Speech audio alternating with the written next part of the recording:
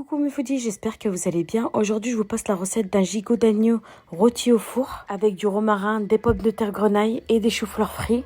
Je vous explique tout dans cette vidéo, comment avoir une viande tendre. Et comme d'habitude, je vous mets la liste des ingrédients qu'il vous faut pour réaliser cette recette. Commencez par bien laver le gigot d'agneau, puis avec un couteau qui coupe bien, quadriller une face du gigot d'agneau.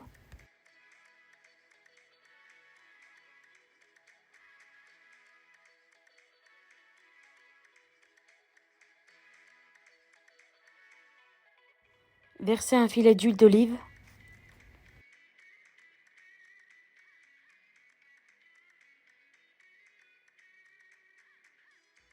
Saupoudrez de sel fin. Parsemez de poivre noir un peu partout. Badigeonnez le dessus avec du paprika doux.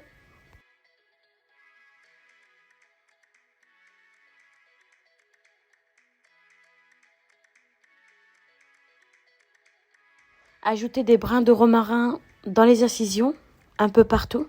Vous pouvez ajouter des gousses d'ail coupées en deux aussi. Couvrez-le d'un papier aluminium et laissez au frais pendant 2 heures, voire toute une nuit.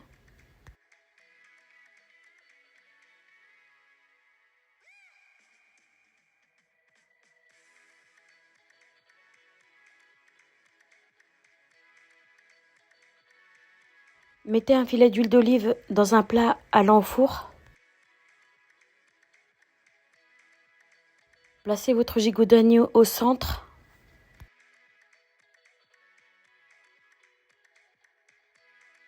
Ajoutez les oignons coupés en lamelles.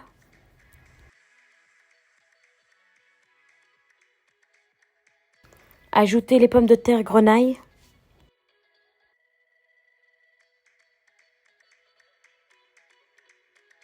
Ajoutez les brins de romarin sur les côtés.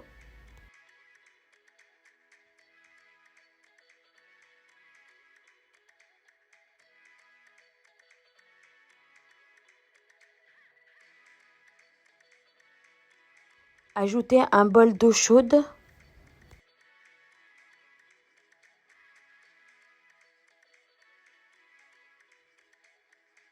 Couvrez le plat de papier aluminium et enfournez dans un four préchauffé à 180 degrés, puis laissez cuire pendant 2 heures. Alors il faut savoir que pour le gigot d'agneau, il faut cuire 30 minutes pour 500 g de gigot. Et comme mon gigot d'agneau pèse 2 kg, je l'ai laissé cuire pendant 2 heures. Je l'ai laissé cuire pendant 1 heure et 15 minutes avec le papier aluminium et après je l'ai retiré.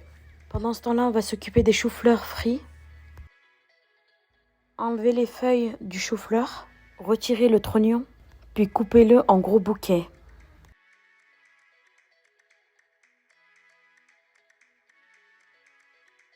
Lavez-les et mettez-les dans une casserole ou dans un faitout. Versez de l'eau et du sel, puis faites-les cuire. Une fois que les choux-fleurs sont cuits et refroidis, faites chauffer un bain d'huile. Dans un bol, cassez vos œufs, ajoutez du sel, ajoutez du paprika doux, puis mélangez.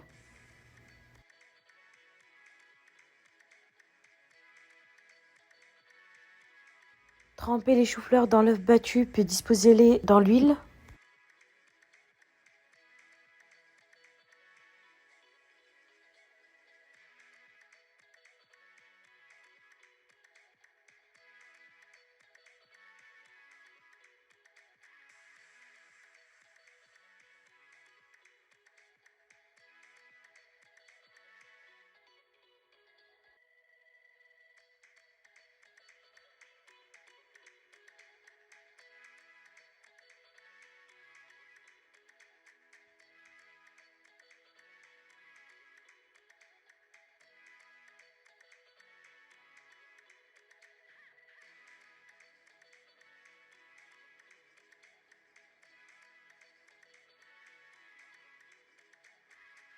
Laissez cuire pendant quelques minutes en les retournant de temps en temps, puis retirez-les dès que la surface devienne dorée, en les disposant sur un plat chemisé de papier absorbant.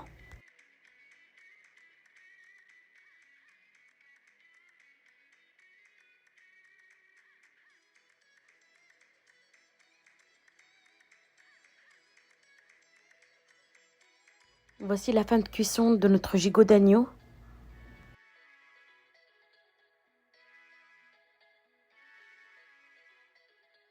Dressez votre plat en disposant le gigot d'agneau au centre, en mettant les accompagnements autour. Vous pouvez ajouter des haricots verts et des carottes cuits à la vapeur autour aussi.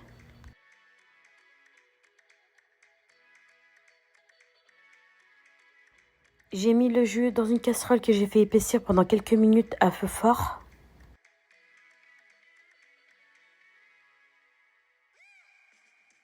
Et voilà le résultat, j'espère que cette recette vous a plu. N'hésitez pas à liker, à partager la vidéo et à vous abonner à ma chaîne YouTube pour m'encourager. J'espère vous retrouver à très vite dans une prochaine vidéo.